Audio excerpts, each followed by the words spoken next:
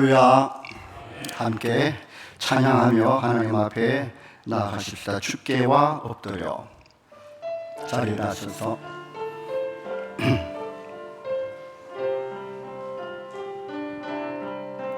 주께와 엎드려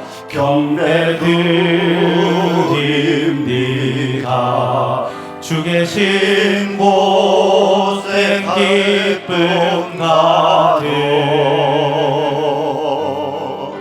무엇과도 누구와도 바꿀 수 없네. 예배드림이 기쁨 됩니다. 주께와 엎드려 주께와 엎드려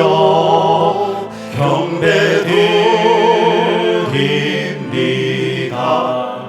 주 계신 곳엔 기쁨 가득 무엇과도 누구와도 바꿀 수 없네. 예배드림이 기쁨 됩니다.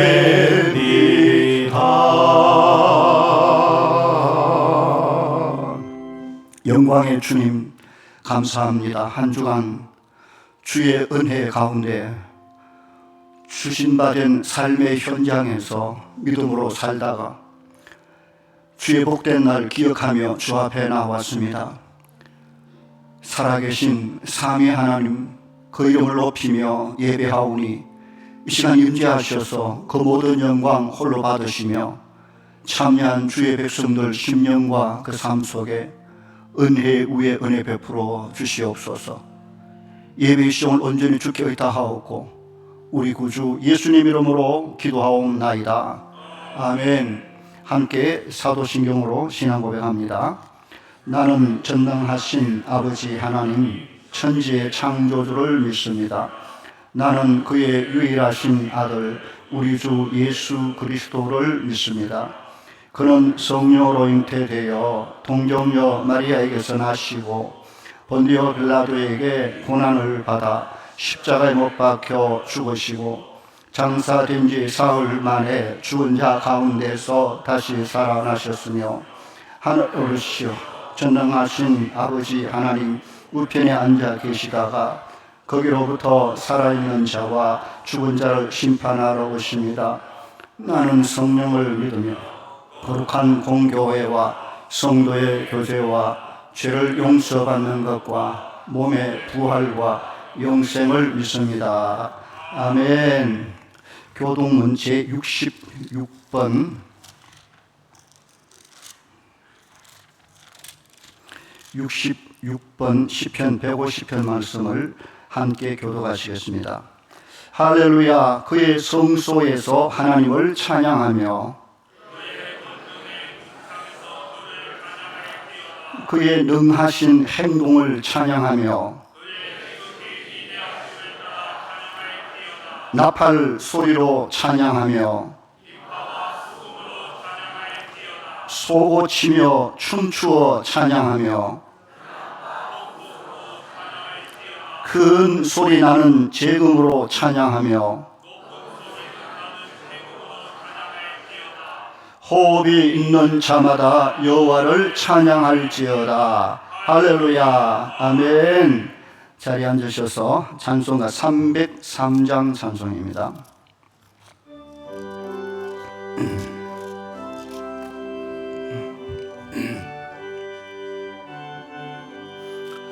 날 위하여 십자가에 중한 고통 받아서 대신 죽은 주 예수의 사랑하신 은혜요 보배로운 피를 흘려 영영 죽을 죄에서 구속함을 받은 우리 어찌 찬양하날까.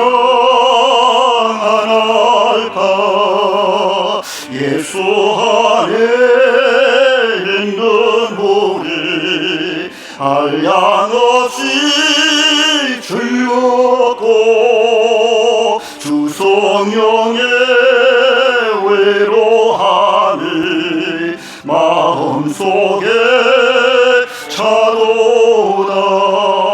천불감화 썩이 같은 은혜로운 그 말씀 끊임없이 듣는 우리 어찌 찬양하날까. 이 세상의 모든 풍파 쉬지 않고 불어도 주님 안에 보호받는 우리 마음 편하다.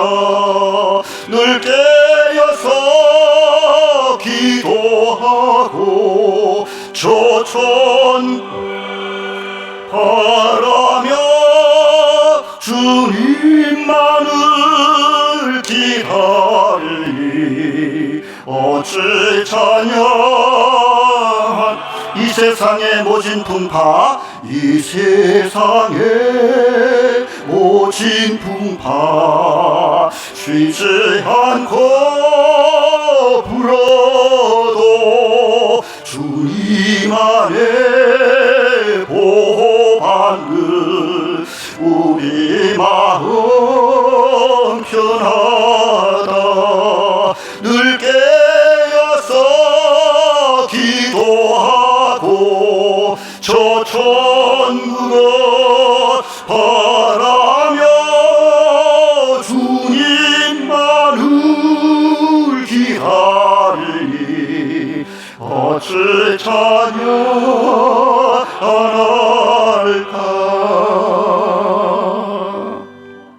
김평규 전원 기도 인도하십니다. 참 좋으신 우리 하나님 아버지, 하나님의 그 크시고 놀라운 사랑에 진심으로 감사를 드립니다. 죄로 인하여 죽었던 저희들을 예수 보혈의 공로로 구원하시고 하나님의 자녀 삼아주셔서 이 복된 주일 아침에 우리의 발걸음을 남부교회당으로 향해 하시고 주님 전에 모여서 주님의 성원을 찬양케 하심을 진심으로 다시 한번 감사를 드립니다. 그러나 우리의 삶을 돌아봅니다. 우리의 마음속에 있는 죄악의 쓴뿌리들이 한 주일 동안 우리를 힘들게 했던 부분들 있습니다. 주님 앞에 우리의 죄악을 내려놓습니다. 주홍같이 붉은지라도 흰눈같이 희게 하신다는 주의 귀한 말씀을 의지하며 우리의 정욕대로, 우리의 욕심대로, 우리의 아집대로 남의 눈에 티를 보면서 나의 덜보를 보지 못한 우리의 죄악의 모습들을 내려놓사오니 주여 용서하여 주셔서 하나님 앞에 귀한 예배자로 설 수 있도록 주님 축복하여 주옵소서. 나라는 참새 한 마리도 주님의 허락 없이는 떨어짐이 없다 하셨는데 남부교회의 현실을 바라보면서 주님 앞에 기도를 올려드립니다. 아버지 하나님, 우리의 생각들은 우리의 고집과 아집 때문에 일어난 일 같지만 하나님의 허락하지 없이는 이 일이 되지 않은 줄 압니다. 하나님의 뜻대로 모든 것이 이루어지기를 간절히 소원합니다. 이스라엘 백성들이 여리고성을 무너뜨릴 때에 불평하지 아니하고 돌아간 것처럼 하나님, 우리가 주님 앞에 구할 때까지, 주님이 외치라 할 때까지 외칠 수 있는 놀라운 은혜를 저희들에 허락하셔서 너희는 내게 부르짖으라 크고 비밀한 것을 내게 보이라 하신 하나님의 귀한 말씀을 의지하며 주님 앞에 우리의 심령을 토할 수 있는 귀한 남부교회 성도들이 될 수 있도록 주님 축복하여 주옵소서. 주일학교가 은혜 중에 수련회와 여름 승리학교를 마치게 하심을 감사합니다. 이번 주에 대학부 여름 성경학 대학부 여름 수련회를 합니다. 아버지는 그 가운데 주님께서 함께 하셔서 그 수련회가 그 아이들에게 놀라운 은혜의 시간이 될 수 있도록 말씀대로 살아가는 귀한 은혜를 허락하여 주옵소서. 아버지 하나님, 대한민국을 기억하시고 주님께서 은혜 베풀어 주셔서 제사장의 나라로 세워주셔서 우리 그 은혜 잘 감당할 수 있도록 주님께서 축복하여 주옵소서. 청빙을 구성하고 담임 목사 청빙을 위한 일들을 진행합니다. 하나님께서 도와주셔서 귀한 목자를 보내주셔서 남북이가 다시 한번 주님 보시야 한다는 교회로 세워갈 수 있도록 주님께서 청빙의 마음들을 주장하시고 인간의 뜻이 아니라 하나님의 뜻대로 이루어질 수 있도록 주님 축복하여 주옵소서. 주의 복음 들고 열방에 나가 있는 귀한 선교사님들을 기억하시고 하나님께 은혜 베풀어 주셔서 우리 선교사님 늘 위를 바라보게 하시고 하나님께서 공급해 주시는 것을 받아 누리는 귀한 선교사님 될 수 있도록 주님 은혜 베풀어 주옵소서. 특별히 미얀마의 사역에 가시는 우리 이용 선교사님 능히 장중에 붙잡아 주시고 모든 사역들이 하나님 보시 아름다운 사역이 될 수 있도록 축복하시고 특별히 우리 교회가 미얀마에 세우고 있는 다대의 교회를 주님 축복하셔서 잘 순적히 진행되게 하심을 감사합니다. 아버지 하나님, 그 예배당을 통하여서 죽어가는 영혼들이 구원받는 일에 쓰임받는 놀라운 은혜가 되기를 믿고 감사를 드립니다. 모든 영광 주께 올려드리니 축복하여 주옵소서. 찬양대와 구별하여 찬양을 드립니다. 그 찬양을 받아주시고 하나님의 헌량한 찬양이 되게 하셔서 찬양대로 삶을 살아가는 귀한 찬양들이 되올 수 있도록 축복하여 주옵소서.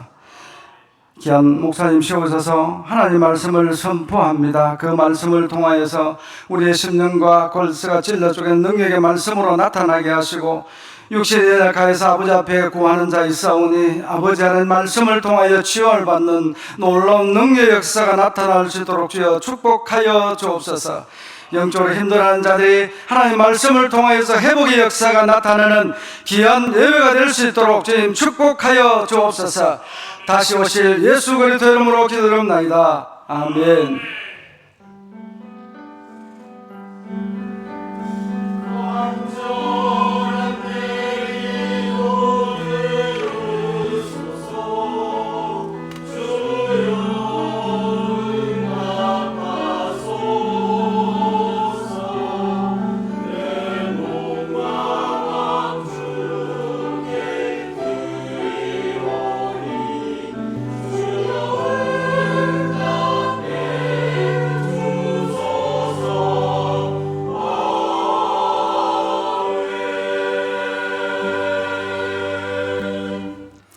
오늘 함께 나눌 하나님 말씀 봉독합니다. 베드로전서 1장 6절부터 13절 말씀 가집니다. 신약성경 376페이지 베드로전서 1장 6절에서 13절 말씀을 제가 봉독할 때 여러분 눈으로 보고 또 마음으로 잘 받으시기 바랍니다. 그러므로 너희가 이제 여러 가지 시험으로 말미암아 잠깐 근심하게 되지 않을 수 없으나 오히려 크게 기뻐하는도다. 너희 믿음의 확실함은 불로 연단하여도 없어질 금보다 더 귀하여 예수 그리스도께서 나타나실 때에 칭찬과 영광과 존귀를 얻게 할 것이니라. 예수를 너희가 보지 못하였으나 사랑하는도다. 이제도 보지 못하나 믿고 말할 수 없는 영광스러운 즐거움으로 기뻐하니 믿음의 결국 곧 영혼의 구원을 받음이라. 이 구원에 대하여는 너희에게 임할 은혜를 예언하던 선지자들이 연구하고 부지런히 살펴서 자기 속에 계신 그리스도의 영이 그 받으실 고난과 후에 받으실 영광을 미리 증언하여 누구를 또는 어떠한 때를 지시하시는지 상고하니라. 이 섬긴 바가 자기를 위한 것이 아니요 너희를 위한 것임이 계시로 알게 되었으니 이것은 하늘로부터 보내신 성령을 힘입어 복음을 전하는 자들로 이제 너희에게 알린 것이요 천사들도 살펴보기를 원하는 것이라. 그러므로 너희 마음의 허리를 동이고 근신하여 예수 그리스도께서 나타나실 때에 너희에게 가져다 주실 은혜를 온전히 바랄지어다. 아멘. 맑은 샘 찬양대 열매라는 찬양을 하나님께 영광 돌립니다.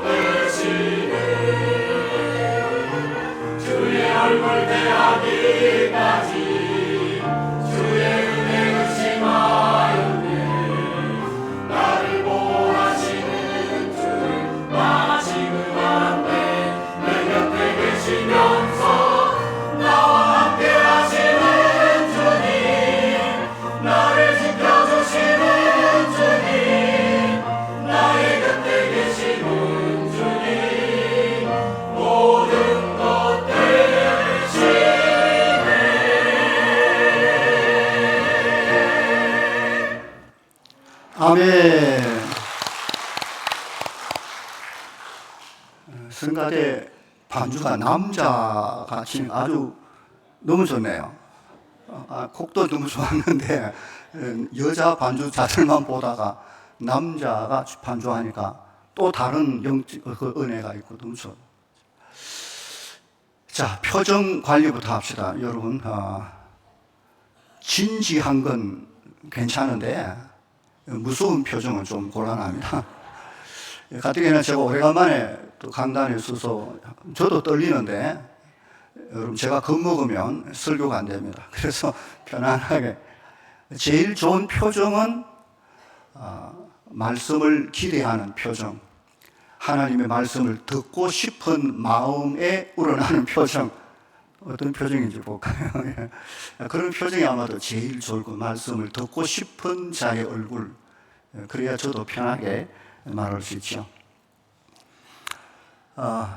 오늘 지난주에 이어서 계속 되는 본문을 연결해서 설교를 합니다. 자, 6절 다 같이 봅시다. 6절 다 같이 시작. 그러므로 너희가 이제 여러 가지 시험으로 말미암아 잠깐 근심하게 되지 않을 수 없으나 오히려 크게 기뻐한다. 여러 가지 시험이라는 말은 그야말로 온갖 시험, 병 걸렸다든지, 실패를 했다든지, 무슨 넘어졌다든지, 어쨌든 간에 온갖 그 시험, 또 고난, 아픔, 고통들을 말하니 너희 그런 게 있다. 이 말은 이제 사도 베드로가 소아시아 교회에 흩어져 있는 성도들에게 편지를 보내면서 한 말입니다. 예수 믿는 이제 교회 성도들에게 한 말이죠. 예수 믿고 교회 다니는데 무슨 고난, 고통 이야기하면 됩니까? 처음 교회 올 때 너무너무 힘들어서 고통과 고난과 아픔, 그거 좀 피하려고 다들 교회 오는데, 지금 교회 다니고 있는 사람에게 고통이 있다, 시험이 있다, 고난이 있다 하면 어찌합니까? 그런 생각이 들긴 하지요. 어떻습니까? 예수 믿고 나면 죄로 인한 고통은 확실히 줄어듭니다. 예수 믿고 나면 이제 죄를 안 지려고 하죠. 그러면 죄 때문에 오는 고난, 시험, 고통은 확실하게 줄어드는 걸 맞습니다. 그런데 예수님을 믿는 것 때문에 또 다른 의미의 고통이 이제 시작됩니다.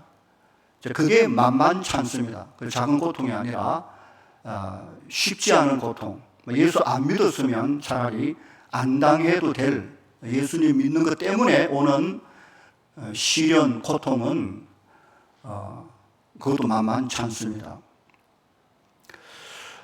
오늘 본문에서 언급되고 있는 여러 가지 시험이라는 말은 병 걸리고 무슨 돈 실패하고 이런저런 것보다는 어쩌면 예수님 믿었기 때문에 오는 여러 가지 시험으로 보는 게 좋습니다.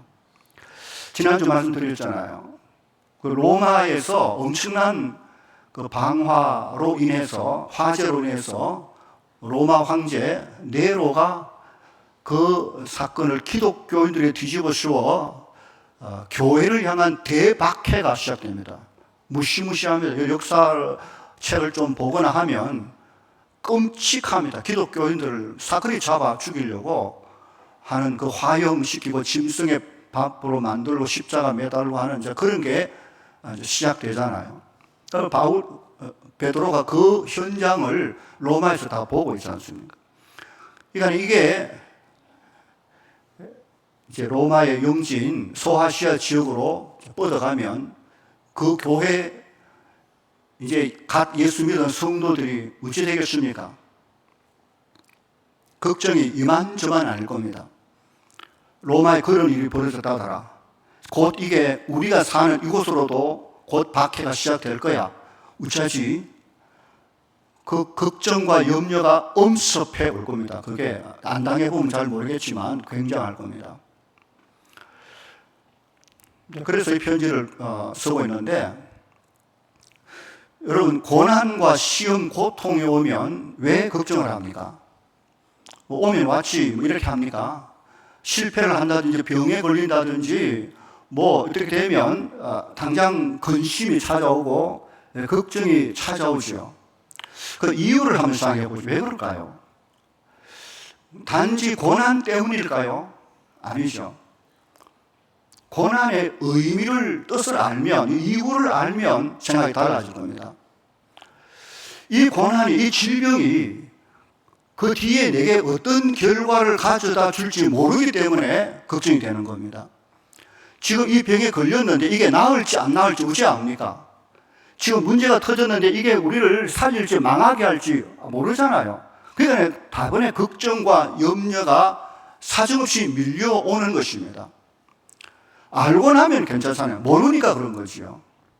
어떤 아이가 길 가다가 돌뿌리에 걸려 팍 넘어졌어요. 엄마하고 가다가 아이가 넘어졌습니다. 아이가 무릎이 까져서 피가 철철 납니다. 아이는 죽는다고 울어대지겠죠. 그래, 엄마는 우리 아이 옆에서 보고 같이 아이고 우리 아이는 죽었구나 하고 땅을 치고 그런 엄마 없죠. 아이고 많이 아프겠다 야. 그냥 괜찮다. 사나이 자식 일어나. 괜찮아. 약 바르고 집에 가면 며칠 낫어. 괜찮아. 그러라고 이렇게 하잖아요. 무슨 차이입니까? 아이는 무릎 까졌다고 지 죽는 줄 알지만 엄마는 안 죽는 걸 알잖아요. 괜찮아. 알면 괜찮아. 모르면 근심과 두려움이 계속되는 거예요. 물론 알아도 근심이 오지만 알고 나면 그 근심은 잠깐이잖아요. 그러나 모르면 근심은 걱정 계속 될 수밖에 없잖아요. 베드로가 오늘 본문에서 소아시아 교회 성도들에게 너에게 여러 가지 근심이 있겠다라고 말하면서 그 뒷말을 보십시오. 잠깐 근심이 있을 거야. 그리고 그 후에는 오히려 크게 기뻐하도다라고 말합니다. 고난이 오면 누구든지 울고 아프고 눈물 나지요. 그러나 괜찮아. 그건 잠깐이야. 오히려 그게 기쁨으로 바뀔 거야. 라고 말하는 베드로가 뭘 알고 있다는 말 아닙니까? 교회 성도들은 이 고난 때문에 우리는 다 죽을 거야. 큰일 났어. 라고 생각할 수 있는데 베드로는 아니야. 너 몰라서 그래. 알고 있어. 알고 있는 게 알면 괜찮아. 하고 말하는 게 그러므로 너희에게 잠깐 근심이 너희가 잠깐 근심을 받는다. 그러므로 어떠므로 1절에서 5절이 그걸 설명하잖아요. 1절에서 5절까지 설명하고 봐봐. 그러므로 너희에게 여러 가지 시험이 오지만 잠깐일 뿐이고 이후에 오히려 크게 기쁨이 온단다. 그러니까 중요한 게 뭡니까? 고난이 중요한 게 아니에요. 고난도 중요하겠지만 더 중요한 것은 그러므로 왜? 앞에 문장입니다. 그걸 알고 있으면 고난을 맞설 힘이 생긴다는 거죠. 그 앞에 있는 내용이 뭡니까? 지난주에 설교한 그대로입니다. 1절에서 5절까지. 그 첫 번째가 우리 나그네, 그리스도인을 표현하는 중요한 말이 나그네, 이건 세상 말이 아닙니다. 나그네. 잠시 지나가는, 그러나 사명이 있는 나그네. 그 나그네는 보통 나그네가 아닌 삼위 하나님의 이름으로 구원을 만들어낸 성부 하나님이 예정하시고 선택하시고 성자 그리스도께서 피로 완전히 덮으시고 성령 하나님께서 내주하셔서 주장하시고 순종 인도하시고 우리는 그런 나그네, 가장 완벽하게 설명될 수 있는 보장된 나그네, 그리고 우리에겐 예수 그리스도의 죽음에서 다시 사심으로 말미암아 산 소망에 관한 얘기했잖아요. 이제 우리에겐 죽음을 말할 필요가 없습니다. 죽음은 지나갔고 어떤 죽어가는 자도 우리는 살린다고 말해야 되잖아요. 산 소망, 살리고 생명, 영생, 영광, 복 이런 걸 말하지 안 된다. 죽어. 우리는 못해. 이거는 기독교의 관계없다. 우리에겐 산 소망이 있고 썩지 않고 변하지 않고 쇠하지 않는 하늘의 간직한 것이다 라고 말해요. 그리고 우리 주님 다시 오실 때까지 우리의 이 구원이 하나님의 능력으로 완전히 보장된다. 이 설명을 지금 보통 한 게 아닙니다. 1절에서 5절까지가 탄탄하게 우리에 대한 설명을 다 한 다음에 그러므로 너희가 여러 가지 시험으로 말미암아 시험이 올 것이지만 잠시고 후에 기쁨이 된다 라고 말하니까 말이 되잖아요. 이게 얼마나 중요한지 모릅니다. 우리도 사실 내일 일을 모르지 않습니다. 내일 일은커녕 한 시간 모릅니다. 언제 어떻게 될지 누가 압니까? 그러니까 갑자기 무슨 어려움을 닥치면 걱정이 되고 염려되는 것은 여러분도 저도 똑같지요. 그러나 다시 보면 우리는 아는 게 너무 많습니다. 너무 중요한 걸 많이 알고 있습니다. 세상 사람들이 죽었다 깨도 모르는 걸 우리는 알고 있습니다. 천지를 지으신 하나님이 살아 계신다는 걸 세상이 웃지 않고 우리는 압니다. 그분이 나를 창조한 걸 나는 압니다. 내가 누군지 우리는 압니다. 난 하나님의 자녀고 그가 우리 아버지며 내 속에 하나님이 함께 계신 것도 내가 안다는 것이죠. 내가 이 땅을 살아가야 할 이유와 사명도 나는 알고 있고 다 살고 내가 어디로 가야 할 목적지까지 다 알고 있다는 거죠. 너무 많이 알아요. 너무 많이. 알 건 다 한단 말이에요. 내가 누구며 어디서 와서 어디로 가는지 이게 하나님의 계획과 이 말씀 속에서 다 내가 알고 있다면 그 사이사이 일어나는 크고 작은 이게 우리를 망칠 수 없다는 거죠. 그건 잠시 눈물도 나고 아프지만 곧 털고 일어날 수 있다는 것이지요. 이걸 다 알면서 교회 와서 배우는 게 다 그거잖아요. 하나님이 어떤 분인지, 내가 누군지, 우리가 어디로 갈 것인지, 그거 주구장창 그거 배우잖아요. 그거 다 알면서도 어려움 당할 때 너무 쉽게 낙심하고 포기하고 절망하고 안 된다 하고 죽는다 하고 그렇게 하는 사람이 있다면 그는 자기가 아는 것을 하나도 안 믿는다는 말입니다. 나는 알긴 알아도 난 그거 안 믿어. 그러니까 나는 걱정할 거야. 나는 염려하고 걱정 계속. 그게 무슨 신앙인입니까? 아는 것을 안 믿으니까 걱정이죠. 알면 믿고 믿으면 일단 안심해야 되죠. 아프면 서로 격려하고 위로하고 상처를 사매고 도와주고 그러면 그거 다 털고 일어설 수 있는 바로 그 이야기를 하는 것입니다. 아무쪼록 험한 땅 세상이 우리가 생각하는 대로 쉽게 살아갈 수 있는 세상으로 변하지 않습니다. 주님이 말씀하신 대로 종말을 향하여 치닫고 있고 세상은 죄짓기 좋은 세상으로 그들은 편할지 몰라도 진리의 말씀을 따라가는 우리는 점점 어려운 신앙의 삶을 살 걸 예상해야 됩니다. 주님이 그렇게 말씀해 주시기 때문에 세상은 주께서 종말에 관한 말씀대로 흘러갈 수밖에 없고 우리는 그걸 준비해야 될 사람들인 것입니다. 절대로 불신자처럼 행동하고 말하지 마시기 바랍니다. 아무것도 모르는 사람처럼 하나님도 모르고 지 인생도 모르고 어떻게 될지도 모르고 살아가는 사람들처럼 우리도 그렇게 하면 안 됩니다. 우리는 아는 바, 믿는 바대로 그 안에서 평안을 누리고 고난을 이기고 주의 손 붙잡고 승리하며 가는 우리 모든 성도들 다 될 수 있기를 주의 이름으로 간절히 축원합니다. 오늘 우리가 두 번째 생각해야 될 것은 반전입니다. 6절 말씀 가운데 한번 보십시오. 6절.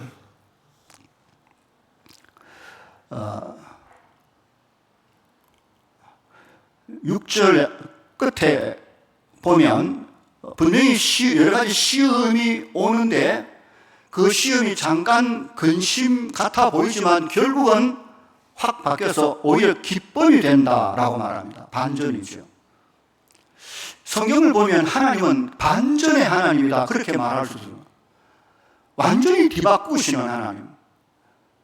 다 안 된다고 절망 가운데 있는 자를 그리스도로 말하며 완전히 새롭게 바꾸어 버리는 하나님.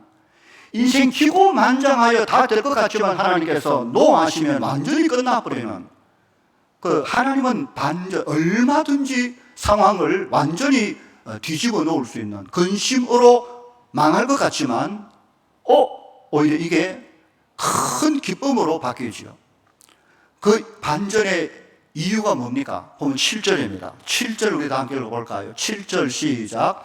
너희 믿음의 확실함은 불로 연단하여도 없어질 금보다 더 귀하여 예수 그리스도께서 나타나실 때 칭찬과 영광과 존귀를 얻게 할 것이니라. 거기에 반전의 묘미가 숨어 있습니다. 뭡니까? 너희 믿음의 확실함 때문입니다. 여러 가지 어떤 불시험이든 그게 무슨 돈이든 건강이든 뭐든 그게 신앙적인 어떤 이유든 그 모든 것도 결국 큰 그림으로 보면 우리의 믿음을 확실하게 하기 위한 하나님의 도구였다는 것이죠. 그러면 그 시험은 좋은 겁니까? 나쁜 겁니까? 좋은 겁니다. 우리의 믿음을 튼튼하게, 우리의 믿음을 확실하게 만들어주기 위한 것이라면 오히려 그런 시련과 그런 어려움들은 오히려 기쁨으로 감당해야 될 문제지 난 싫어, 난 그런 거 고통받기 싫어, 그건 어리석은 사람이죠. 믿음을 강하게 만들어주기 위한 것이라면 고난을 각오해야 되죠. 해병대 출신들의 그 자부심이 대단합니다. 이거 한 번 해병은 막 죽을 때까지, 아니, 영원히 해병 개사관인데, 굉장하죠. 그 해병대원들의 그런 강한 자부심이 어디서 나옵니까?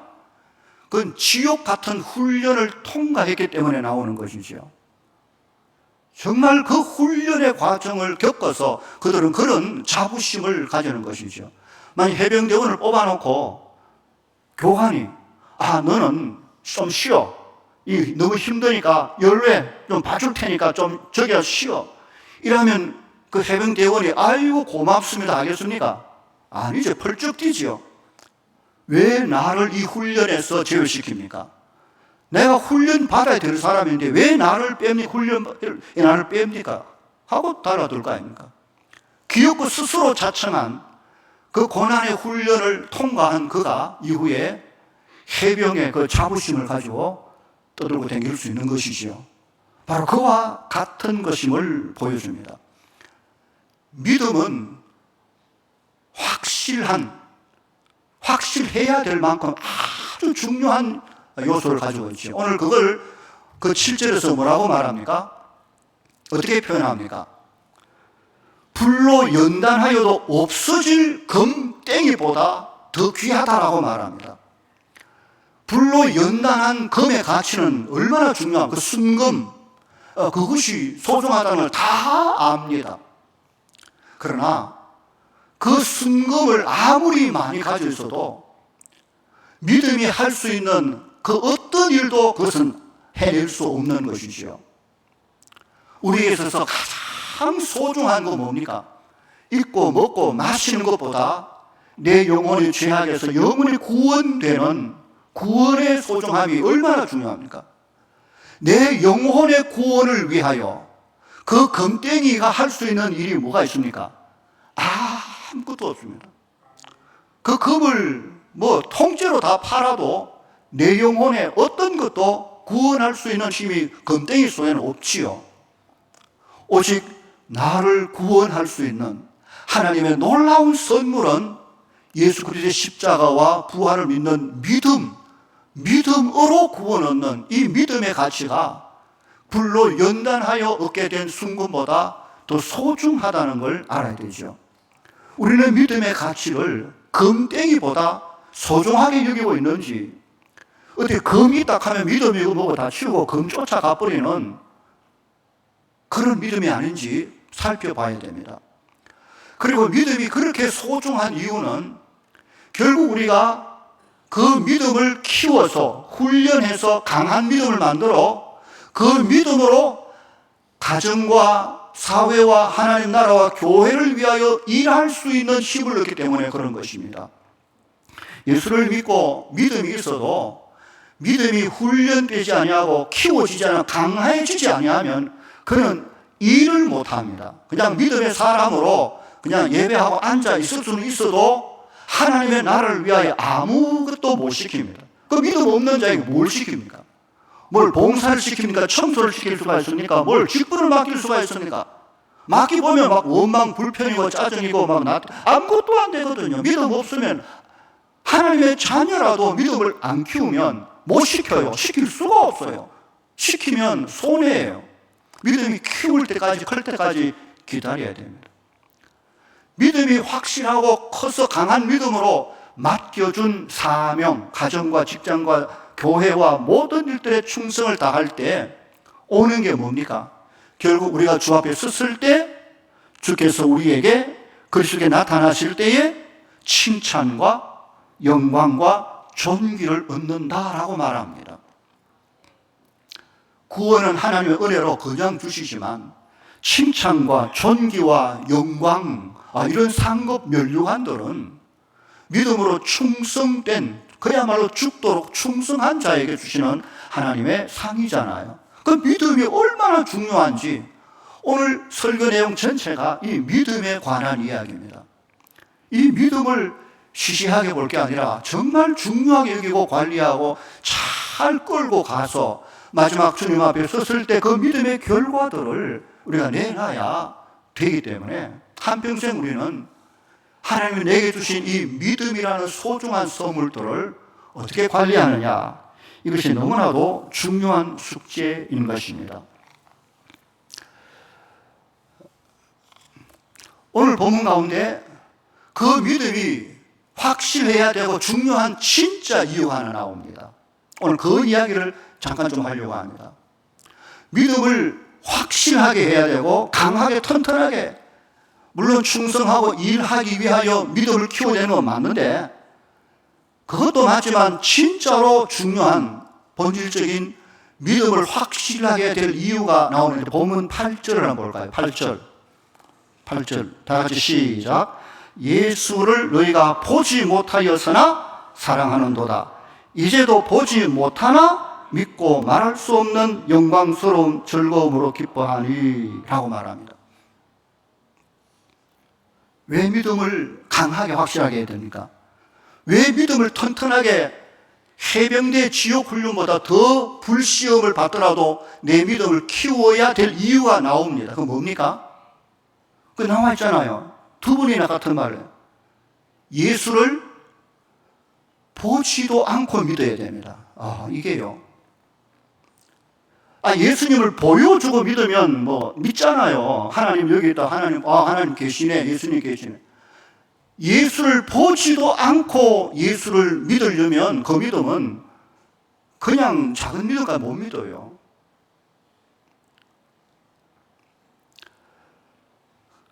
여러분, 안 보고 믿는 게 그게 쉬운 것 같습니까? 좋을 때는 믿어요. 좋을 때는 안 봐도 뭐 다 좋으니까. 그러나 환난이고 고난이고 시험이 오면 그때는 자기가 안 본 것을 안 믿어요. 신뢰할 수 없는 거죠. 내가 안 봤다는 것이죠.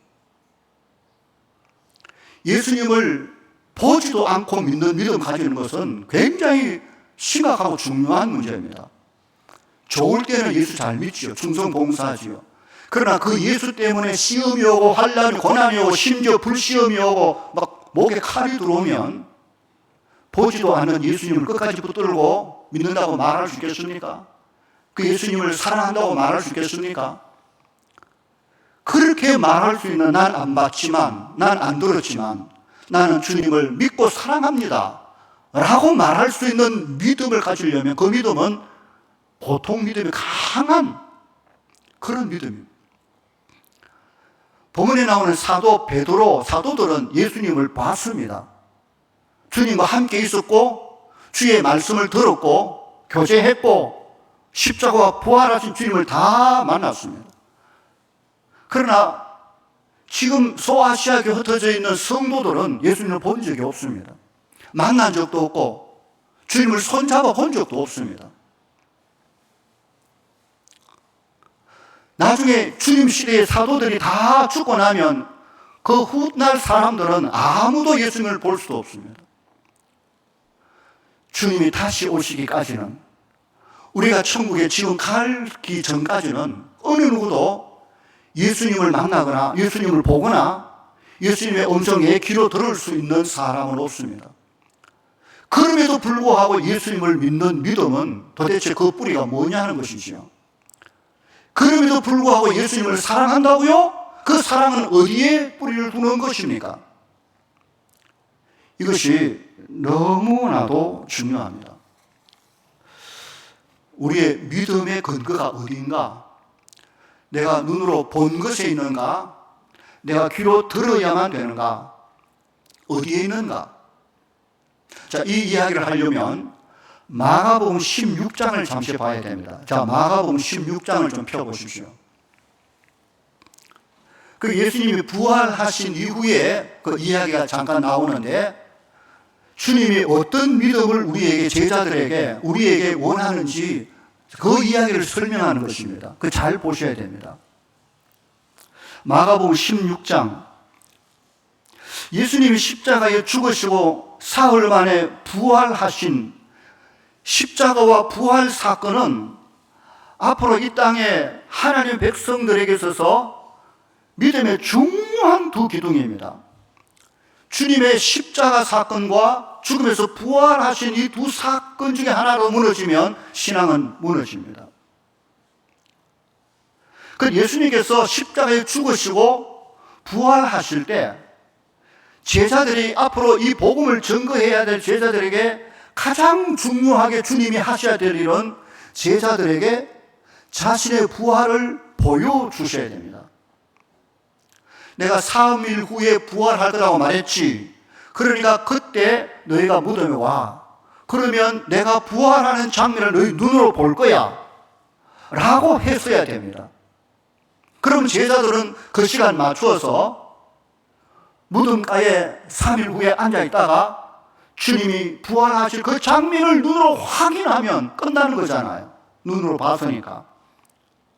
근데 예수님은 그걸 제자들에게 안 보여주셨어요. 의도적으로 안 보여주셨어요. 예수님의 부활의 현장에 있었던 것은 오직 천사들 뿐이었어요. 주님의 제자들은 어디 구석에 숨어가지고 덜덜덜 떨고 무서워 어디 그러고 있었어요. 그런데 예수님의 부활하신 그 시간, 그 부활하신 예수님을 처음으로 주님이 자신의 부활을 보여준 이가 있었어요. 그건 제자들이 아니었어요. 9절 보십시오. 9절. 예수께서 안식 후 첫날 이른 아침 살아나신 죽음에서 부활하신 후 제자들에게 나타나 보여준 게 아니고 전에 7 귀신을 쫓아내어 주신 막달라 마리아라는 한 여인에게 먼저 보여주셨어요. 제자가 아니잖아요. 한 여인에게 주님은 자신의 부활의 모습을 먼저 보여주셨어요.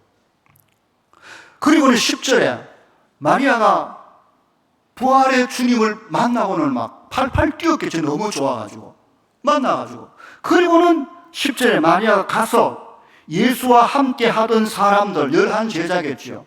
그들이 슬퍼하며 울고 있는 중에 주의 부활을 믿지도 않았고 어디 구석에 들어가서 모여가지고 큰일 났다, 우리는 큰일 다 잡혀 죽을 거야 라고 낙심하고 있는 제자들에게 가가지고 이 일을 알렸다. 뭐예요? 이 여인이 그 불안에 떨고 있는 제자들에게 가서 무슨 말을 했겠습니까? 여보세요, 내가 방금 부활하신 주님을 만났습니다. 이 소식을 내가 전합니다. 주님이 부활한 내가 눈으로 봤고 이야기했어요 라고 전합니다. 그런데 11절이 문제입니다. 11절 보십시오. 그들 제자들은 반응이 어떻습니까? 예수께서 살아나셨다는 것과 마리아에게 보이셨다는 것, 마리아가 주님이 살아나셔서 내가 봤어, 내게 나타나셔서 내가 그분을 만났어 라고 말하는 이 마리아의 말을 듣고도 믿지 않았다라고 성경이 딱 기록해놨어요. 그게 잘 봐야 됩니다. 방금 부활하신 예수님을 보고 돌아서가지고 뛰어가가지고 내가 방금 부활한 주님을 만났어 라고 말하는데도 제자들이 그 말을 듣고도 안 믿었다는 것이죠. 주님의 의도는 뭡니까? 그 말 할 때 직접 본 자가 말할 때 듣고 믿으라는 것이죠. 안 믿었어요. 그런데 이 이야기가 한 번 더 반복됩니다. 사건은 다르지만 내용이 똑같아요. 14절 보십시오. 아니 12절입니다. 그 후에 그들 중 제자들 중에 2 시골로 내려갈 때 엠마오로 내려가고 있었죠. 그들도 역시 주의 부활을 믿지 못하고 낙담하며 고향으로 가고 있었던 것입니다. 그러다 가다가 어떤 사람을 만납니다. 만나서 같이 이야기하고 떡도 먹고 그가 말씀을 해주시는데 갑자기 심령이 막 뜨거워지고 눈이 열려 보니까 바로 주님이죠. 얼마나 놀랐겠습니까? 이 2 제자가 그 순간 주님을 확인하고는 그리고는 돌아갑니다. 13절 그 2 사람이 가서 남은 제자들, 두려움에 갇혀 떨고 있는 제자들에 가서 알립니다. 뭐라고 알리겠습니까? 우리 둘이 조금 전에 오다가 주님을 만났어. 그분은 살아계시고 우리가 늘 하던 대로 떡도 주셨고 늘 하던 대로 말씀도 하셨고 성경을 풀어주실 때에 우리의 심령이 뜨거워지고 우리가 눈이 열려 그분을 보았어 라고 말했는데 13절 끝에 뭐라고 말했습니까? 제자들이 알리어서되 역시 믿지 않았다. 제자 역시 안 믿었다. 방금 보고 돌아서서 주님이 부활한 걸 내가 봤다고 말하는데 제자들이 안 믿었다. 앞에도 똑같은 말을 반복합니다. 지금 주님이 어디에 초점을 맞추는지 아시겠죠? 14절 보십시오. 그 후에 11 제자가 음식을 먹을 때, 그들이 한 곳에 모여 음식을 먹을 때, 그 중에 둘은 이미 부활의 주님을 봤습니다. 그들이 말해도 남은 제자들은 안 믿었어요. 그때에 예수께서 그들에게, 몽땅 모여있는 제자들에게 나타나셔서 그들을 격려하고 위로하고, 그래 힘들었지, 그래 괜찮아, 이렇게 말하지 않았어요. 주님은 그들을 보자마자 그들에게 나타나시면 대뜸 화부터 내셨어요. 꾸짖으셨어요. 그들의 믿음 없는 것과 마음이 완악한 것을 주께서 책망 꾸짖으셨어요. 보자마자 그 앞에서 한 사건이 모두가 주님의 의도한 이야기예요. 마리아를 보내서 말했는데도 제자들이 안 믿어요. 두 제자가 보고 돌아가서 말했는데도 안 믿는, 본 자들의 말을 안 믿는 제자들 향하여 주님 위로가 아니라 책망이었어요. 그들의 믿지 않음과 그들의 완악한 것, 마음이 완악한 곳이 있었으니 이는 자기가 살아난 것을 본 자들의 말을 믿지 아니함이로라. 중요한 말이죠. 살아난 것을 본 자들의 말을 믿으라는 것이 주의 뜻입니다. 주님을 만난 자, 주님을 본 자들이 있다. 그들이 돌아서서 말하는데 너희가 안 믿어? 그걸 꼬집고 책망한 것입니다. 우리는 어떻습니까? 우리 중에 예수님을 본 사람은 아무도 없습니다.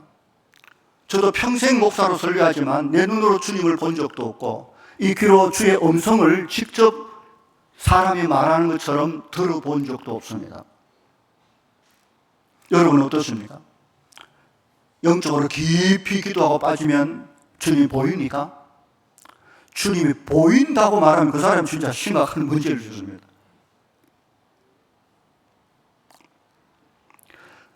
한 번도 본 적 없는데, 한 번도 만난 적이 없는데 그 주님을 우리가 어떻게 믿고 받아들이고 사랑합니까? 오늘 주의 뜻이 뭡니까? 죽은 자 가운데 살아나신 예수님을 만났고 그에게 직접 들은 자의 말을 들어라. 우리 주님의 십자가와 부활하신 예수님을 제자들이 다 만났습니다. 그들은 주의 부활을 보았고 만났고, 그 제자들이 한 말이 뭡니까? 바로 성경입니다. 우리가 들고 있는 성경은 여기저기 예수님에 관한 이야기를 끌어모아서 편집해 놓은 책이 아닙니다. 구약의 성경은 하나님의 계시의 말씀을 직접 계시받은 선지자들이 기록한 직접적인 책입니다. 하나님의 계시의 말씀을 직접 듣고 그걸 적어놓은 책을 우리가 지금 보는 것입니다. 주님은 그걸 믿으라는 것이죠. 신약은 뭡니까?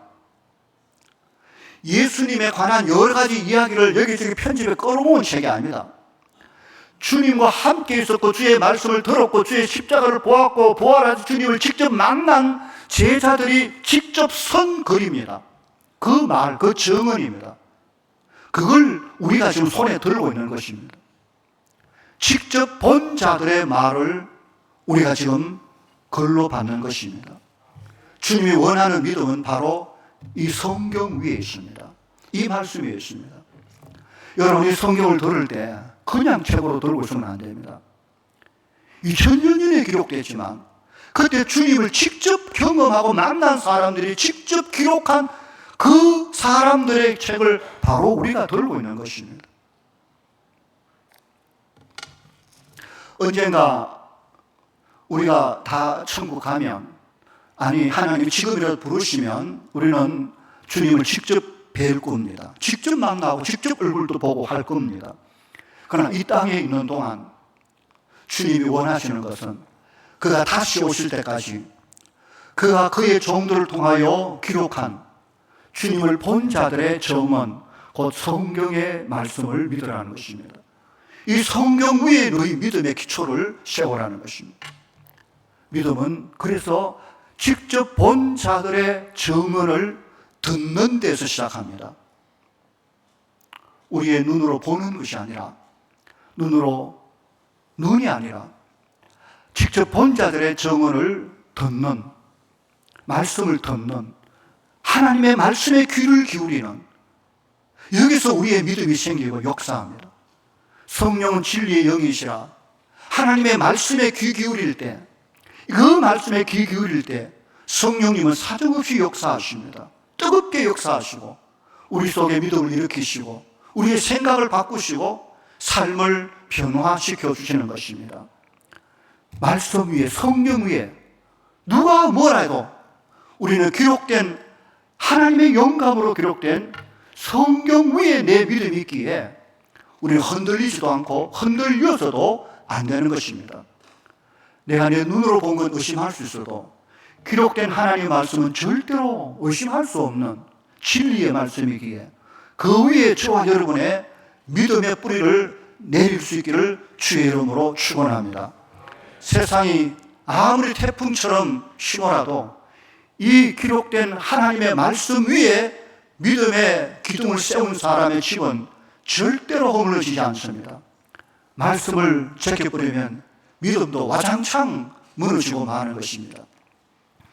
이후에 계속되어지는 9절부터 12절의 말씀도 다 믿음에 관한, 믿음과 하나님의 말씀에 관한 중요한 말씀입니다.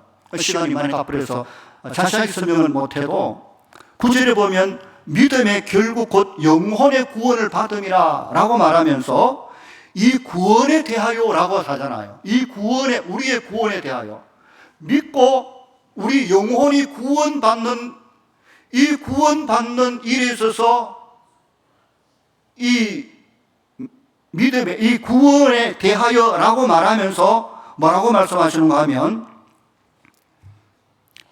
쭉쭉 계속해서 하나님의 말씀에 대한 소중함을 이야기합니다. 여기 이제 10절부터 12절까지 나오는데 이 구원에 대하여 쭉 설명이 긴데 이거 다 설명을 하면 복잡하니까 제가 간단하게 말하면 이렇습니다.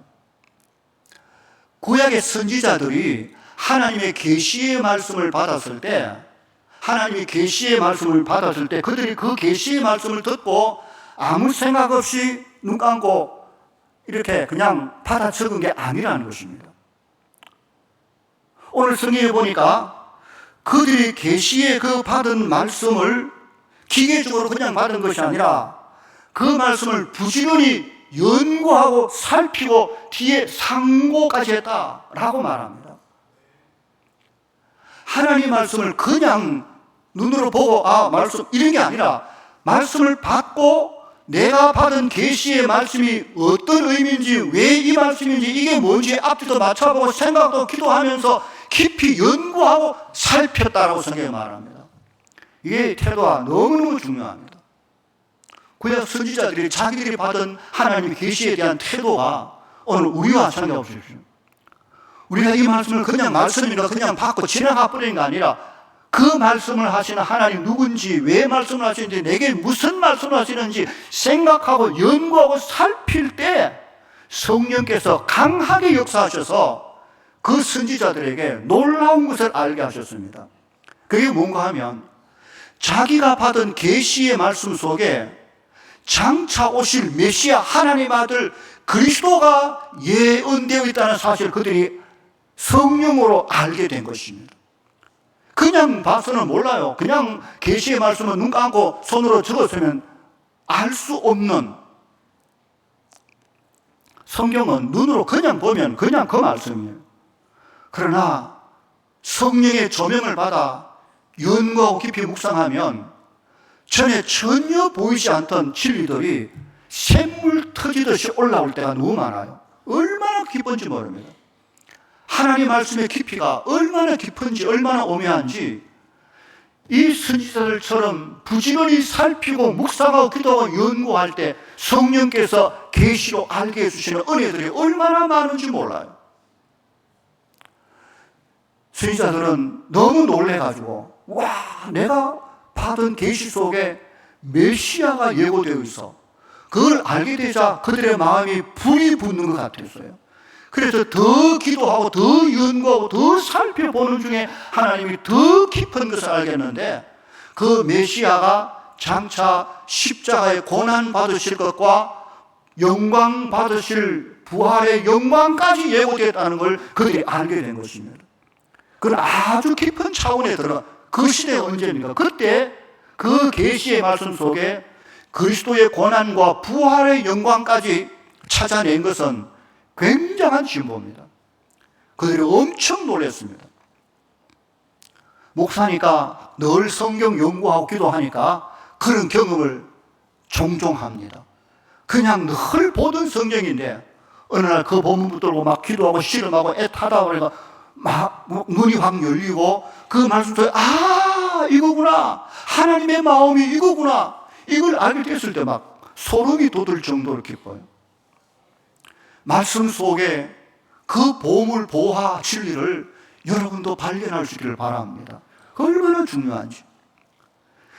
이 선지자들이 그러니까 더 열정이 붙겠죠. 세상에 이런 일이. 그래서 더 말씀을 연구하다 보니까 성령께서 자기 속에 계시로 해주신 말씀이 선지자들에게 너는 고까지야. 더 이상은 안 돼. 너는 고까지가 네 일이야. 라고 선을 딱 그어주십니다. 선지자들은 그리스도에 대한 예언의 말씀을 기록했지만 그 그리스도가 언제 오실지, 누구에게 나타날지 그건 그들은 알 수 없고 멀리서 바라볼 수밖에 없는 처지에 있었습니다. 그런데 그 그리스도께서 언제 나타나셨습니까? 언제 오셨습니까? 2절 중간에 보십시오. 구약의 기라성 같은 위대한 선지자들이 그렇게 연구하고 사모하고 만나보고 싶어 했던 하나님의 아들 메시아, 그가 언제 누구에게 12절 중간부부터 이것은 하늘로부터 보내신 성령을 힘입어 복음을 전하는 자들, 사도들이죠. 이제 누구에게? 너희에게. 사도들의 말을 듣고 있는, 사도들의 증언을 듣고 있는 소아시아교회 성도들과 지금 사도들의 증언에 귀를 기울이고 있는 저와 여러분에게 알려주셨다는 것입니다.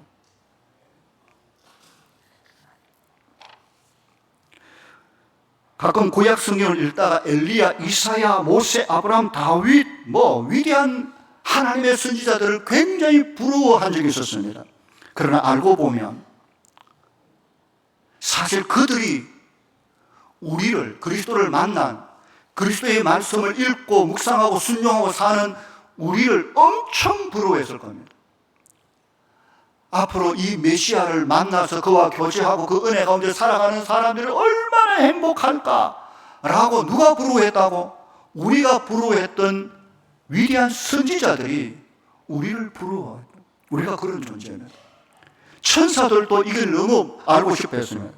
하늘의 천사들도 살펴보기를 원했다. 천사들은 이 구원의 경험이 없어서 하나님의 구원의 그 사건과 그 일들을 이해할 수 없어요. 어떻게 해서 저 인간을 구원할 하나님이 저렇게 그 아들을 십자가에 내어주고 저렇게, 그들을 알 수 없는, 그들도 알고 싶어 했던 그 구원의 신비를 오늘 우리가 가지고 있고 알고 있는, 우리가 얼마나 행복한 존재인지 모릅니다. 그 모든 것이 하나님의 말씀, 말씀의 기초 위에 우리 허락된 은혜인 것입니다. 오늘 설교의 결론은 13절입니다. 13절 보십시오. 다 함께 시작.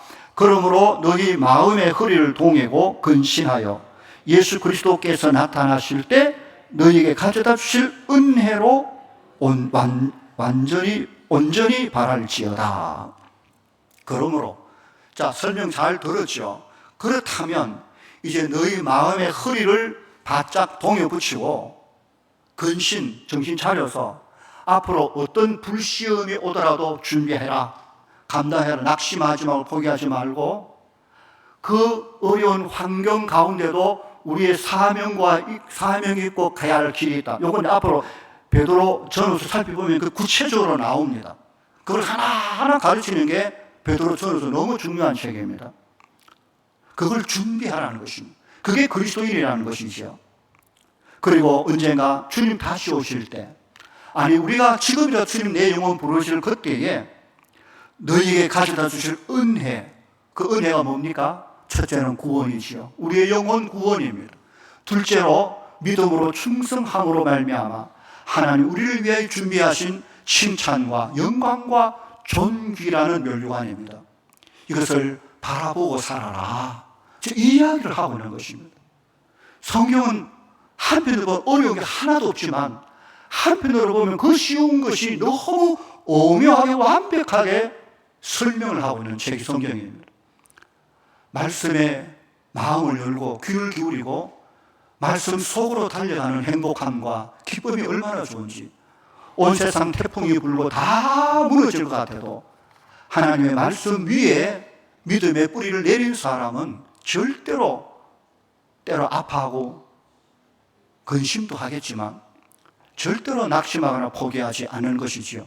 영광의 하나님을 바라보고 믿음으로 오늘도 주어진 삶에 최선을 다하며 주의 교회 부흥을 위하여 하나님 나라 영광을 위하여 함께 기도하며 달려가는 남북의 모든 성도들 다 될 수 있기를 주님의 이름으로 간절히 축원합니다. 우리 함께 기도하겠습니다. 하나님 말씀을 생각하면서 기도하시기를 바랍니다. 많은 것을 말씀드렸는데 마음에 와닿는 한두 가지라도 꼭 붙으시길 바랍니다. 잠시 지나가는 것 같지만 그 잠시의 삶이 너무너무 중요합니다. 우리 존재 자체가 그냥 된 게 아닙니다. 삼위 하나님의 이름으로 설명할 수밖에 없는 놀라운 존재입니다. 그렇다고 우리 고난이 없는 것 아닙니다. 옵니다. 누구에게나.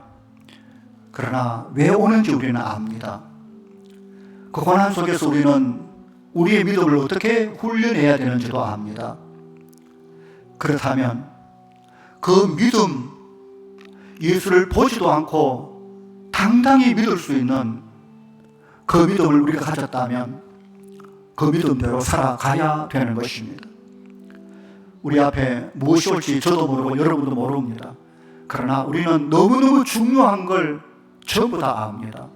세상 사람들은 죽었다 깨도 모르지만 우리는 하나님이 누군지, 내가 누군지, 내가 왜 여기 있는지, 내가 지금 어디로 가는지 이미 하나님께서 그 길을 보장해 놓고 우리에게 말씀해 주시기에 우리는 사실을 알 건 다 압니다. 사소한 모르는 거 있다 할지라도 그게 문제가 되지 않습니다. 오히려 그걸 딛고 일어설 수 있는 기회가 될 뿐인 것입니다. 이 시간 함께 기도합시다. 이 말씀 안에서 믿음의 길을 걷도록, 특별히 남부교회 담임 목사님 청병을 위한 중요한 작업이 진행되고 있는데 하나님의 은혜가 풍성히 임하도록 다 함께 우리 소리 내서, 작은 소리라도 함께 내서 통성으로 기도합니다. 함께 기도합시다.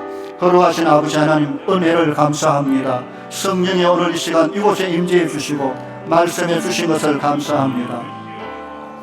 우리의 믿음이 어디에 근거했는지, 우리의 믿음이 어디까지가 하나님이여 진실된 것인지 알 수 있도록 도와주시오. 오 주여, 주여 도우소서. 오 주님, 남부교회를 붙들어 주시고 살아계신 하나님의 말씀에 귀를 기울이며 그 말씀 속에서 답을 찾게 하여 주시고 길을 찾게 하여 주시고 영광을 보게 하여 주시옵소서. 지금도 우리에게 말씀하신 주님이 여기 살아계시오니 그 주 안에서 힘을 얻고 그 주 안에서 길을 찾고 해답을 찾게 하여 주시기를 바라옵고서 원하옵나이다.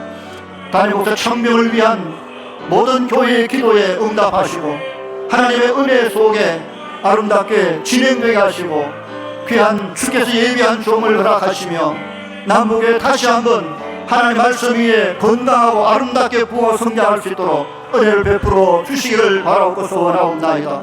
오 주여 도와주시옵소서. 영광 받으시옵소서. 우리와 함께하여 주시옵소서. 영광의 주님 감사합니다. 말씀에서 답을 찾아갈 수 있도록, 하나님 말씀에서 문제를 풀어갈 수 있도록 지혜를 주시옵소서.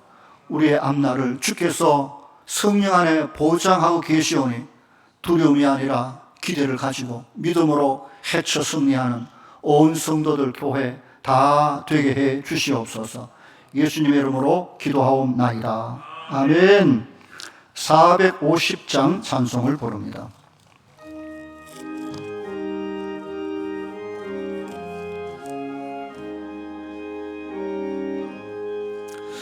내 평생 소원 이것뿐 주의 일 하다가 이 세상 이별하는 날 주 앞에 가리라.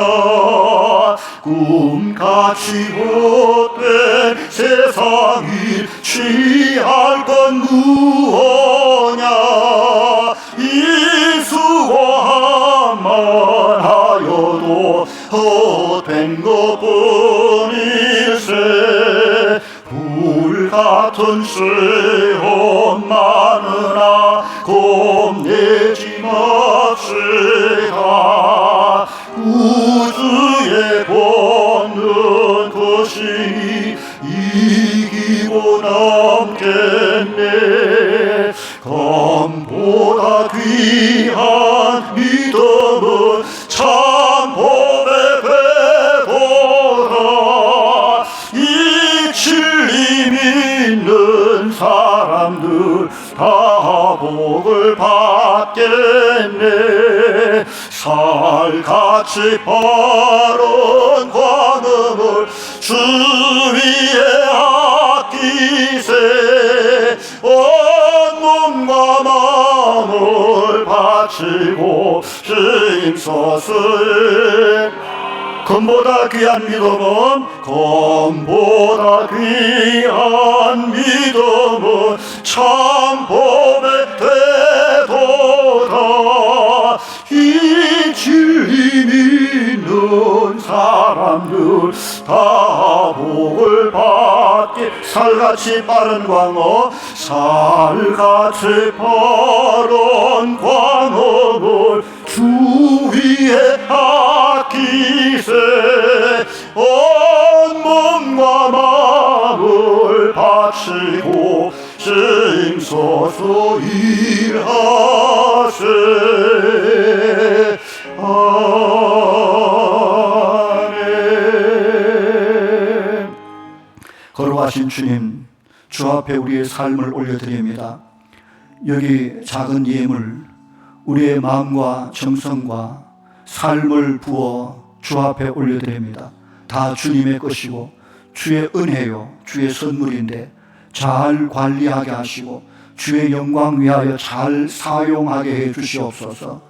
주의 백성들의 가정과 자녀와 산업과 일터와 직장과 이 땅의 삶의 현장 속에 언제나 주님이 임재해 계시고 그 속에서 주의 손 붙잡고 믿음으로 사명 잘 감당하는 우리 모든 성도들 되게 해 주시옵소서. 영육 안에 부유하여 많은 것으로 나누고 섬겨낼 수 있는 아름다운 교회 모든 성도들 되게 하여 주시옵소서. 감사하며 예수님 이름으로 기도하옵나이다. 아멘. 자, 광고 말씀 하시겠습니까? 아니면 예.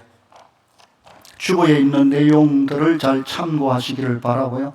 특히 담임 목사님 청빙에 관해서는 정말 기도 많이 하셔야 됩니다. 영적으로 저도 그런 과정을 좀 많이 매번 해봤기 때문에 정말 이때 우리 당회의 영적 실력이 필요합니다. 영적 영역이 필요하고 여러분도 함께하고 은혜 가운데 잘 감당하면 이제 나중에 이게 얼마나 멋지게 아름답게 꼽히는지 보게 될 겁니다. 어쨌든 기도와 말씀 속에 답을 찾아가고 교회 질서를 따라서 믿음으로 온 교회가 이 아름답게 문제를 잘 풀어 주 앞에 영광 돌리는 귀한 교회 꼭 되기를 바랍니다. 교우 소식이라든지 기타 내용들은 주보에 다 한글로 되어 있으니까 여러분 꼭 읽어보시고 이렇게 참고하시기를 바랍니다. 자, 다른 광고 없으시면 축도로 마치겠습니다. 이제는 우리 주 예수 그리스도의 구원의 은혜와 우리 아버지 하나님의 무한하신 사랑하심과 성령의 내주 감화 감동 충만하신 은혜가 오늘도 하나님의 말씀을 가슴 붙들고 이 말씀 위에 온전히 서서 주어진 삶의 사명 잘 감당하여 주 앞에 영광 돌리기 소원하는 함께한 주의 백성들 그 머리 위에 이제부터 영원토록 함께 있을지어다. 아멘.